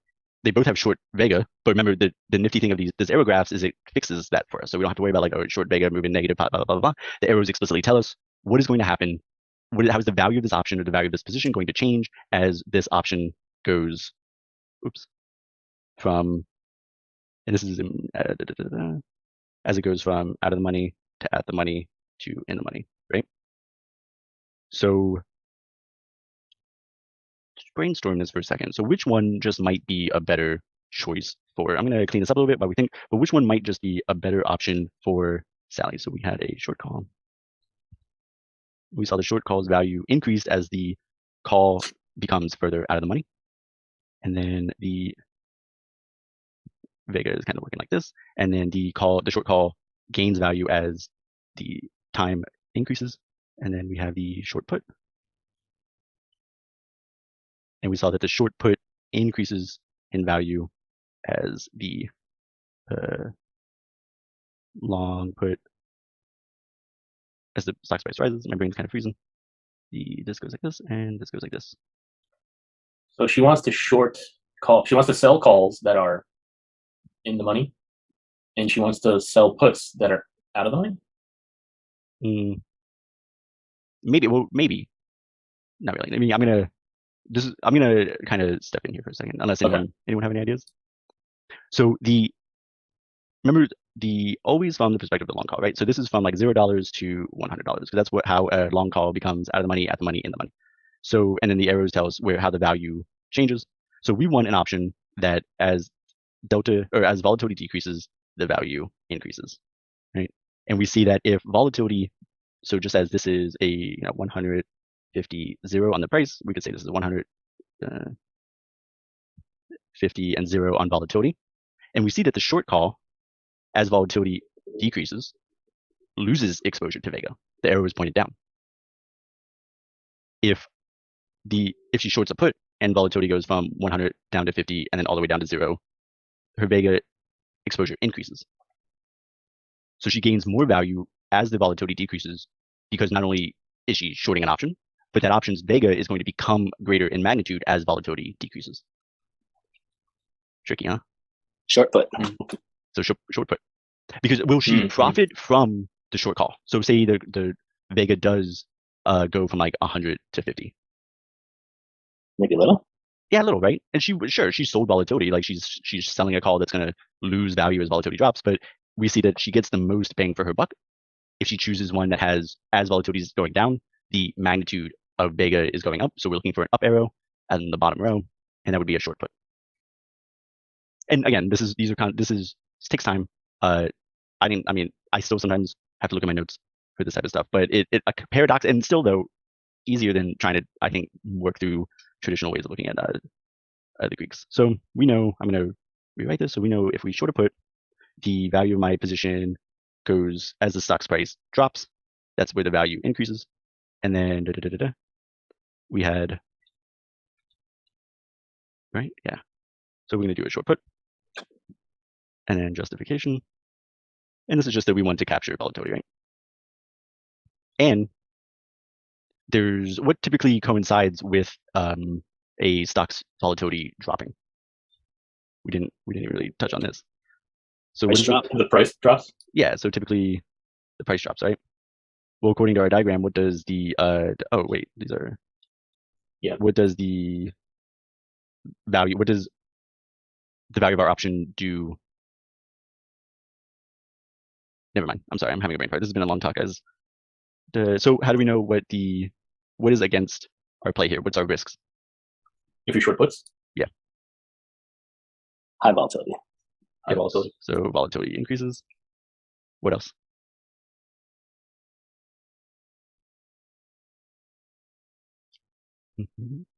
If price drops so much that your short puts are now in the money. Correct. That ties into volatility, doesn't it? Right. So if the stock's price plummets, you now have shorted a in the money put, and that's dangerous. Right? In our win conditions, volatility drops, and the price can kind of do whatever, so long as it doesn't. So long as it expires worthless. Right. Well, you want your option to expire worthless, right? Like if you whenever you sell an option, you kind of just want it to disappear. And so the win conditions is that IV drops, and for the most part, the stock's price can do whatever it wants if you're far enough dated out. But that's for another topic, or another talk. And as long as the drop isn't drastic, right? So the loss conditions would be IV rises, you read the room wrong, and or the stock's price drops significantly, you read the room wrong. Right? Any questions? It's messy. It's messy. Well, just what is, if you don't mind, one question is what is the dramatic effect if it goes down too low that you go from a good situation to a really bad situation? The way that you'd be in trouble, right? Because now you owe money. That option, even at the date of expiration, is not worthless. It is worth something. So then that's not what you want. So you're now under pressure to either close out. You're just under pressure to close out that position somehow, or to find some way to make sure that it expires worthless. Sounds like it's pretty important. Yeah, the super. Let's see. Hold on. Let's do that. Sorry, I'm trying to. And then we'll do another color. Do we have another color? Are there more than 3 colors? And just take it a step further. If there's so many people waiting for Tesla to turn to a 0 one day, like, are people going to be burned in that regard if it does in fact turn to a 0 one day?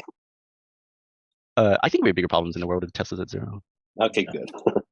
And I think a lot of people have already been burned on Tesla in both directions. Correct. I think Tesla's mainly the shorts. I mean, I'm gonna be honest. I think Tesla's super. I did a DD a while ago that outlined how Tesla was actually. This was kind of in 2020, but how Tesla was actually one of the more stable stocks in the market. I thought it was super easy to play. There's a whole theory I have that the more unstable stock is, the less risk people are willing to take on that stock, and that actually stabilizes the stock a lot more. Microsoft was comparatively much more unstable than Tesla, and I think comparatively it's dropped significantly more than Tesla has so far this year. At least in the start of the year it did, because people were selling puts on it. They were doing all these like weird volatility swaps. But to visualize real quick the difference. So how Vega and Delta are distributed is that if you short, let's say the stock is here. That's like the current price. And let's say you short a put here.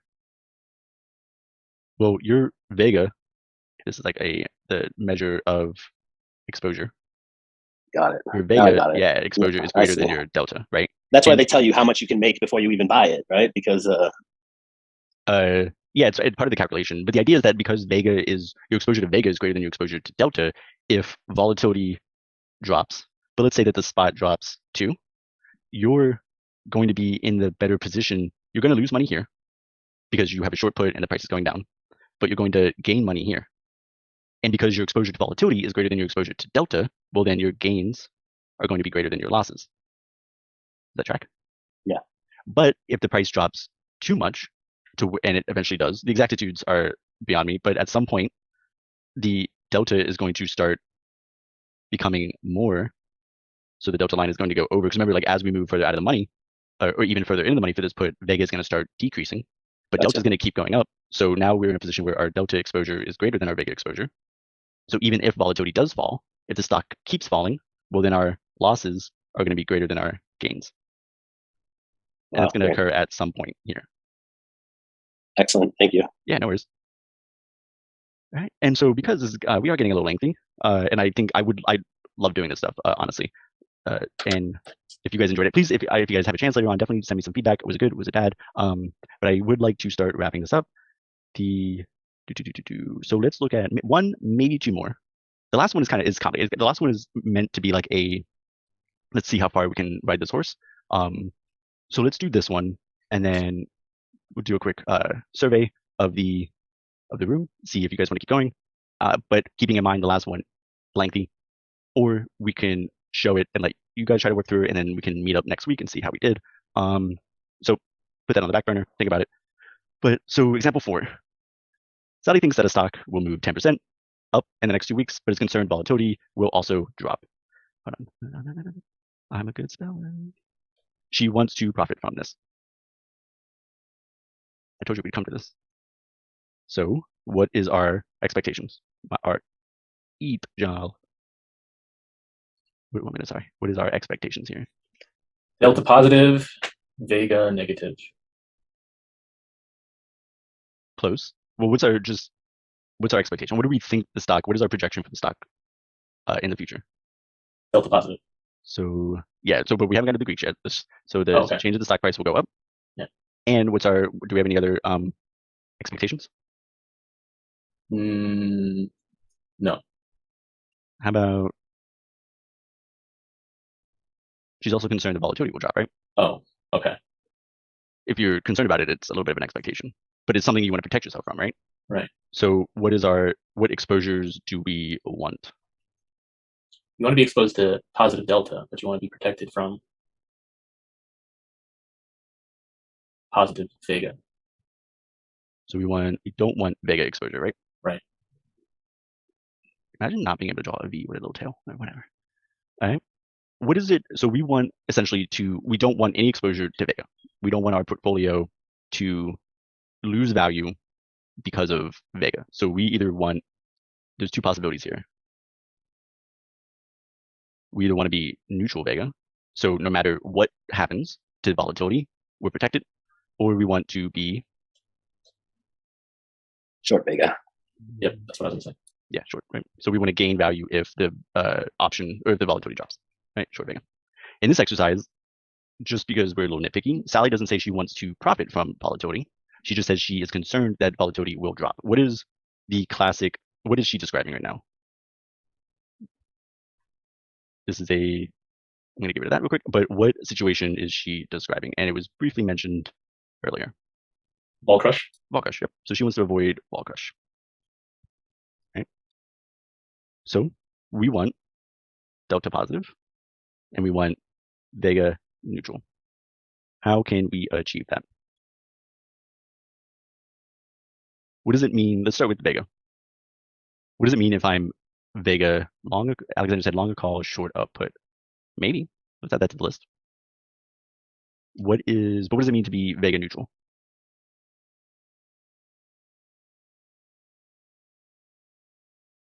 Or how can we become Vega neutral?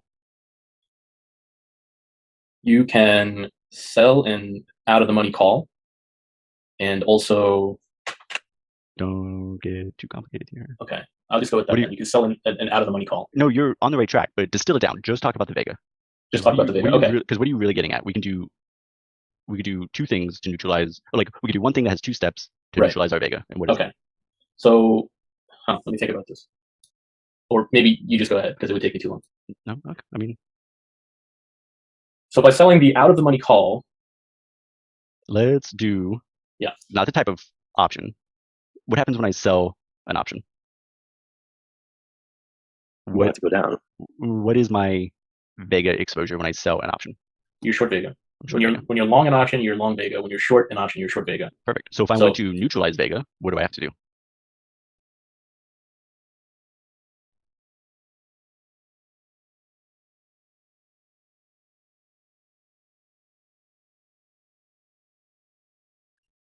So if I short an option, I am now exposed to negative Vega. But then if I also purchase an option, I now have positive Vega. So I have no Vega. So you want to buy 2 options, a buy and a call, a put and a call. Right. Well, that'll be. So this would be like a vertical spread. Correct. And we're working, but like now, do we see now why spreads are really helpful in uncertain volatile times? Absolutely, because this doesn't just apply to Vega. This actually applies to Theta as well. Everything. Delta, gamma, Vanna, Theta. Anytime you want to minimize or neutralize a exposure, well, you have to find something that has opposite exposure and combine them, but then you're left with kind of like a new arrangement of other exposures you kind of have to take care of, right?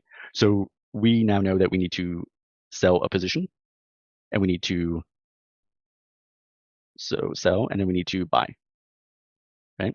And we can either sell a put, we can sell a call, we can buy a put, we can buy a call, right? But we also want delta to be positive, right? Right. Okay. How do we accomplish that? I'm going to move down a little bit. Let's say I sell a put. So I am now short Vega. And then I purchase a put. That's closer to at the money. And now I'm positive Vega. Don't ruin the surprise. Sorry about that. So then let's do our selling a put. So I'm short a put. So that's the same as a long call. Let's kind of forget about theta real quick. So this is my short put. And then if I go long put, and this is where things get a little tricky, but it's not really that tricky. It's just that I can't draw arrows one day. All right. What is it if my short put becomes in the money? And that's this is why options get tricky, but it's a weird concept. What does it mean if my short put becomes in the money? But again, a put is a call is a put. Your delta is turned the other way, right? Like you're now losing money. If you short a put and it goes in the money, what happens to the corresponding long, but the same contract, but the long side? If the short becomes in the money, what does the same contract, but the opposite side happens? What happens to that? It's out of the money, right? Yeah, out of the money. Oh. Right. And again, we're just and this is what was his name again? I forget. The staircases. See, staircases are starting to move. Because we can consider the short put position to be in the money when the long put position is out of the money. If we consider in the money just any time that the option is getting us value, it's not costing us anything, right? I keep thinking about things not from the dealer perspective. So I see what you mean now by the MC Escher painting. Oh, it's everywhere. Yeah, it's everywhere. Okay. And this is why kind of like, and it seems I think this lecture might be like step by step, but trust me, I feel like it's for a reason. But the reason why this is important is because when we do option algebra, which you heard it here first, we need to remember that the two options, if one is short, one is long, are opposite each other. And by that I mean, when we want to figure out what our net exposure is here, we take the top and then we take the bottom. And so that's an up, that's a down, so we have no exposure. That's going to be hard because it's going to get meshy. Similarly, that's not a word. If we then we move down to the next row, up and down, we have no exposure. Remember, this is delta. So we're calculating our new exposure, right? If we calculate our Vega exposure, we see that we are down. And if we calculate the Vega exposure, we see that we are up, which is a bit of a paradox. Did I do that right?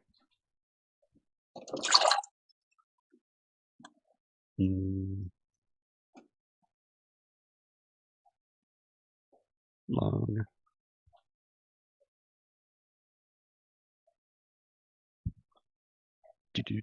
I think I did that wrong. Sorry. See, and this is really like a system I use all the time. It's still Vega. It's super weird. We're gonna say this goes like this. And then no. Short put is the same as a long call. Long put is the same as a short put. Because Vega doesn't really have moneyness, sorry, we go across the rows for Vega. So we see negative, and you guys keep letting me. I'm gonna totally blame you guys for letting me make mistakes. So we go diagonal for the delta because in the money is out of the money, or in the money out of the money. But Vega doesn't have in the money or out of the moneyness, so we have neutral exposure. But what's the problem here? And sorry, I rushed through that. I get a little frustrated when I get confused. But delta is kind of opposite. So we go diagonal for delta, but not for Vega. The rules of option algebra. But so this is our resulting exposure profile. And what's wrong with it? I guess I should. These are meant to be dashes, like there's nothing there, but I'll put like zeros.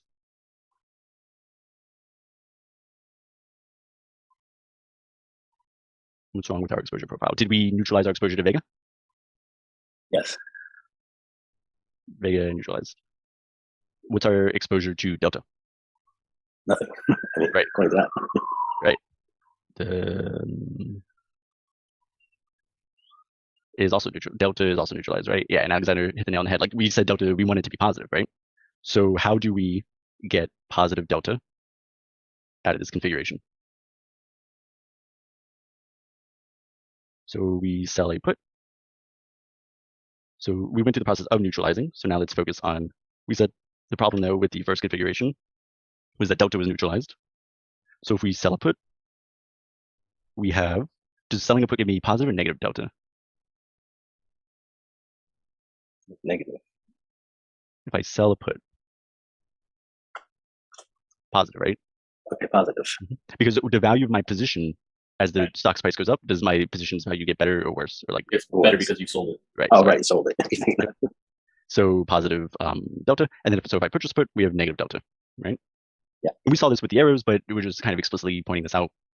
And I want my positive delta to, what is the relationship here between my positive delta and my negative delta that I want? So when we do our, we sell a put, so that is the same as having a long call. So when we do our algebra, what is the relationship between these two columns so that at the end of the day, my net exposure looks like this?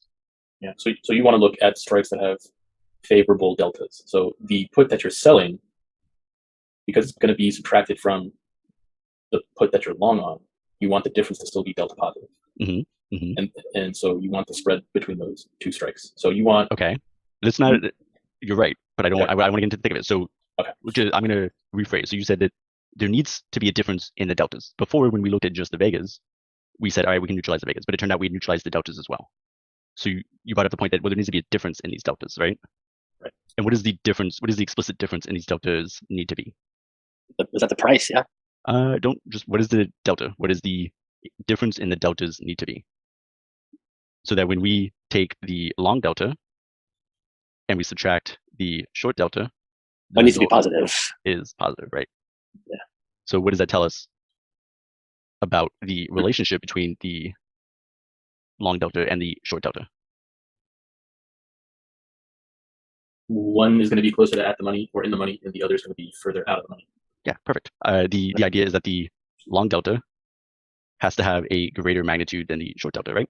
Right. So like so whatever you're long on needs to have a high probability of being worth something at expiration, and the thing that you're selling needs to have a higher probability of it being worthless at expiration, and you're making the money off that spread. Correct. So so if the long delta is of greater magnitude than the short delta, when the deltas cancel out, we'll end up with a net long delta. You kind of answered my next question though, is when then what would give us a long delta or a more long delta than a short delta? Out of the money calls. We're talking about puts though. Okay, right. So in the money puts. Yeah. Yeah, right. So it'd be in the money either way though, right? The delta would be higher. Because the closer you go towards in the money, the higher the delta goes. Yeah. What did the arrows tell us? Right. Delta increases as the stock price increases on the short puts, right? So we need something that is closer striked for the put that we're selling, and we need something that's further striked for the put that we're purchasing. So we sell. Am I erase some of this? So if we sell in at the money put and then purchase a out of the money put, we now have, what is this type of option play called? The vertical spread. Yeah, it's a spread, right? Are you paying for the spread or are you getting paid for the spread? So you're getting paid. So is it a credit or a debit? Yeah, you're getting paid credit. Yeah? Credit. Right. So that was one option. What if Sally doesn't like doing put credit spreads because they're incredibly dangerous? What if... So casual you put it. Right. So I don't know if we remember, but we said, all right, so the possibility, let's move all the way back up here real quick. So the possibility is, we just worked through possibility one, which was selling a put spread, right? And this exercise should be a little bit more straightforward, is what if we don't want to deal with puts? What if we want to deal with calls? So we know we need to go long a call and we need to go short a call. So if we went through and did the long call, so we have up, this way and this way. And then the short call, we have down, down, up, down. And again, we end up with all zeros. So we have no exposure.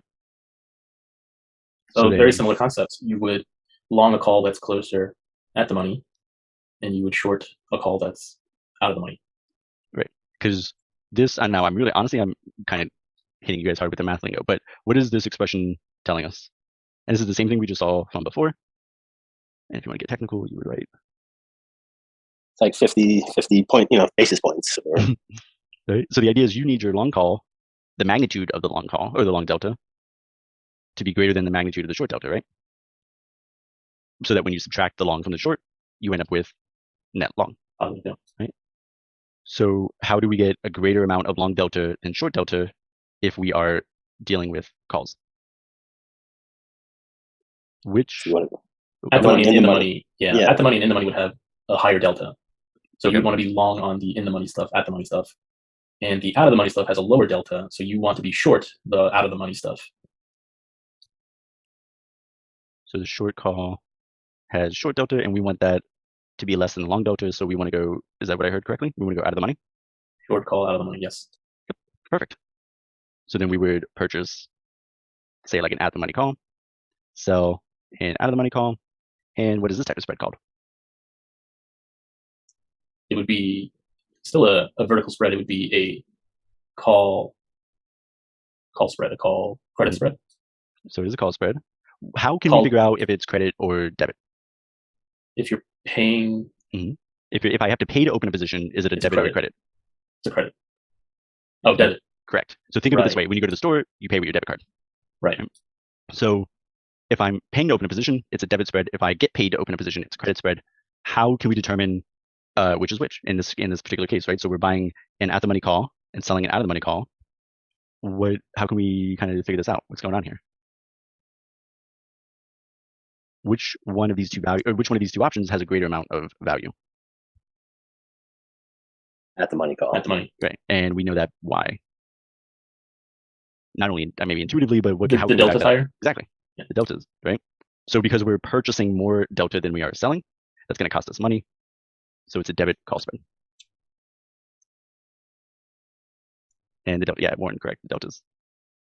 So I know that we've probably all seen spreads, but I hope that maybe this working through this, hopefully you see them in a new light, kind of like the mechanisms of what they do. Totally, very, very helpful. I just have one tiny question. You have to own these stocks in order to deal in them the ways that you're explaining here, correct? Not necessarily. Like you can sell cash secured puts. Retail can do that. So you don't have to own the stock just to sell a put. You can sell cash secured puts. And if you're buying it, then you're buying it from a dealer, or from the market. And if you just went long a call and short a put, let's say, is that type of spread where if you just dealt in the options market, say, and is there any way to cover yourself that way, right? Like, say, if you for insurance, I guess. And that's definitely should always be kind of the top of your mind when doing options plays. But I think the main question of do you need to own the shares, kind of a little outside the scope, but good question. So we'll say the only times that you need to either own the shares or own synthetic shares is when you're selling calls, right? In order to sell a put, you cannot use your shares as collateral. You have to do a cash secured position. Got it. And again, this is because puts are just viewed as being infinitely more dangerous than calls. Like it's so much more likely that a stock is going to go, if Armageddon happens, the stock is going to go to zero well before it goes to infinity, right? So because your collateral is moving in the same direction as the position, so that as well. You're exponentially losing more and more money. Exactly. Yeah, it's a good point too. So so in terms of do you need to own the shares to play with options? No, not really. But even again with the selling the calls, you can do synthetic shares, right? So you can go long like a super far dated call, and then short a near call, right? The long call will act as synthetic shares. Your broker will allow you to do this. So this means you essentially have 100 shares despite how far out the Alexander, that's perfect, right? And then this is, as Alexander describes, it's called a PMCC, or a poor man's covered call. Gotcha. Okay, no, this is all very helpful. I appreciate it. Of course, I plan on doing. I really enjoy doing this. Maybe time management is my favorite or my best thing, but So we'll wrap this one up. So we saw that we could sell a put spread. This was a credit spread, or number two, we could purchase a debit spread. The difference here is going to be based on your risk tolerance, right? Especially because we kind of just briefly touched on it. If you want to do a credit spread with puts, that's going to cost some cash collateral. And as a bonus point, I guess I shouldn't belabor the time too much. You guys are free to leave, mind you, whenever you want. If I sell, let's say I sell a put at $10, and then I purchase a put at $9, and let's say the stock is at $11, right? So it's a credit spread. I'm opening a put credit spread. How much cash collateral am I going to have to give my broker?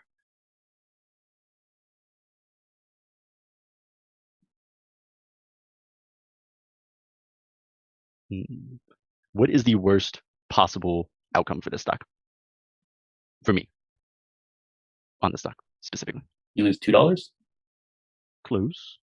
But what in terms of the stock, what is the stock performance? The worst thing, I wake up the next day and pre-market, the stock has done this, and I just opened this credit spread, and this is the worst thing that could possibly happen.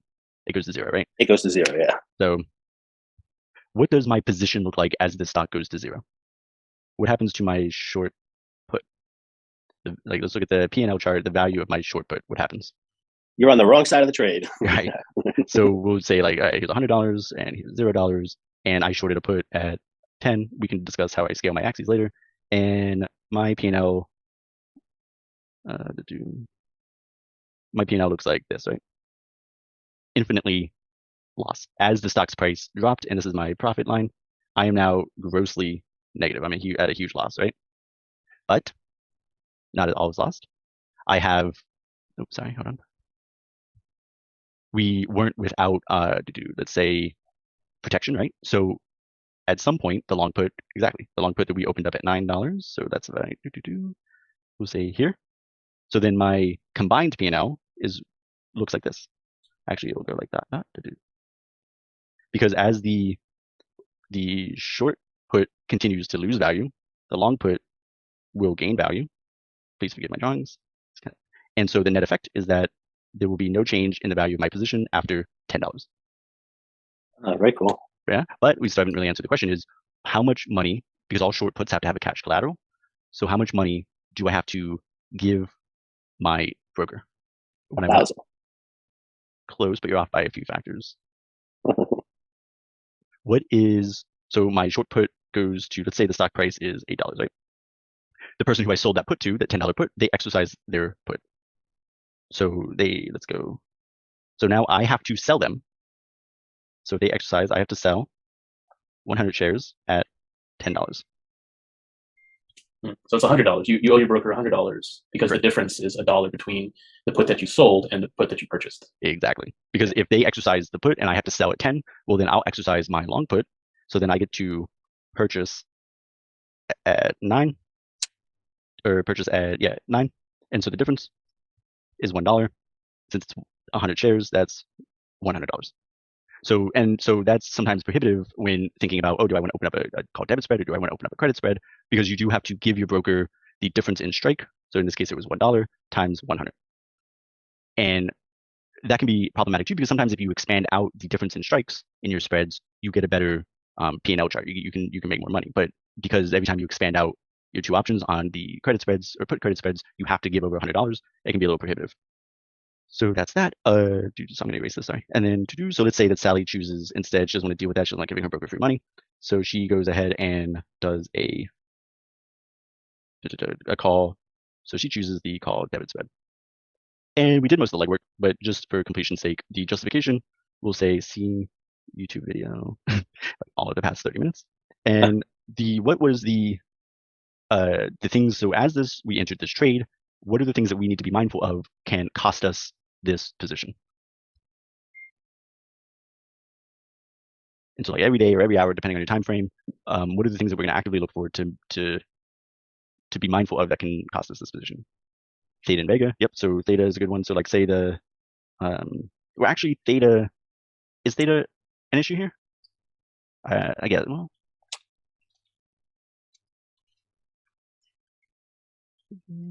Theta potentially, but they kind of cancel each other out. Yeah, right? Theta cancels out, right? Because we saw with Theta all the way back when, the main difference for Theta wasn't the strike; it was if it was a near dated or a long dated, right? But these are all the same dated, so Theta kind of stays where it's at. So, but I'm thinking something along the lines of, if obviously, this is the wrong one in it, maybe. I'm losing my mind. Obviously the stock's price falls. And that's really her only issue here. This is the benefit of spreads, is that she's not concerned about theta. They cancel out. She's not concerned about Vega. They cancel out. So her only focus is the movement of the stock. The win conditions, the stock moves. And again, this isn't profitable conditions, but in my book, if the stock does move, but say it only moves 5%, well, you were right. You just kind of missed the details, right? But as long as the stock is moving in the right direction, you're kind of progressing and learning and getting better as a trader. You at least were able to call the direction of the price. And then if the stock moves down, then you know that you misread the room, you switched up some signals somewhere, and you were wrong. And you got to go figure out why. All right. Any questions? This has been a doozy. I'm not gonna lie. I don't think and when I was planning this out in my head, I'm like, oh yeah, it'd be 5 minutes to talk about data, and then 30 minutes of me being like, I'm confused. All right. So we are gonna end it here. We're gonna skip. Here, I'll show you guys these. There's 2 more examples. We're not gonna go through them. We can start out next week. Remember, next week we have a talk on what is next week. So next week we're actually just going to be going over some of the components of the stock reports. So that should be relatively straightforward. Obviously, it's not going to be, but we can plan on doing a very quick kind of review of these examples at the start. Kind of treat them like homework. But obviously, you guys are adults. You do what you want. And so here's the 5th one. And the 5th one is essentially the stock is going to go up, but then fall after a certain point. So she wants to capitalize on this opportunity. The one thing about Sally, though, she's incredibly lazy. And so she wants, once that position is opened, she wants to do no more additional management. All right. So the stock's going to go up and then it's going to fall. Basically, it's going to hit some kind of resistance point. And so she wants to capitalize on that. And once the position's open, she doesn't want to do anything else if she doesn't have to. Right? And then the example, the last one, the doozy of the doozies is, and if you guys do this, I think I would challenge you guys to really work through it. This one is going to be heavy on the arrows and the arrow arithmetic. So remember, for the delta column, whatever this is, you do, if this is long and this is short, you go opposite. But the rows for Vega are just across. Right? This reminds me of some weird vector calculus or something. Maybe that's where my brain cooked up on it. But so this one is that Sally's been watching the stock. It's been trading between $5 and $10, and she thinks that it's going to stay in this range for quite a while. She also happens to think that the volatility is going to fall during this process, and so she wants to profit if the stock stays between these 2 points and volatility falls. But in case the stock moves beyond those 2 points, she wants to have some protection. And butterfly spread. Well, don't give it away. But yeah, but if you already know, then I really want to see the work through. Show me the work. Show me the math. Show me the math. Give me the arrow charts. Right? Make it make sense. And also tell me why that versus a calendar spread, right? Or that versus shorting a calendar spread, stuff like that. Because that's what all those arrow charts will kind of help you process. And so the stock is currently trading at $7.50. And yeah, that's all I have for you guys. All this for extras, scrap paper if needed. And thank you guys for coming. That was a lot, honestly. And thank you for hanging out. Definitely, if you can, toss me some feedback. Let me know how I did, what you would like to see changed in the future. And yeah, I'll be here. But I guess that's it. And if you guys have any questions or comments, feel free to shoot them my way. Otherwise, thank you everyone for coming. Sorry for the rest. Justin, can I ask you something quick before I go? Yeah. Actually, I'll just email you. Okay. Yeah, don't matter. All right. So thanks for everything. This was great. Yeah, no worries, guys. Thank you. Thank you, Alexander. I appreciate it. Thanks, Justin. Tim. Thank you, guys. Bye.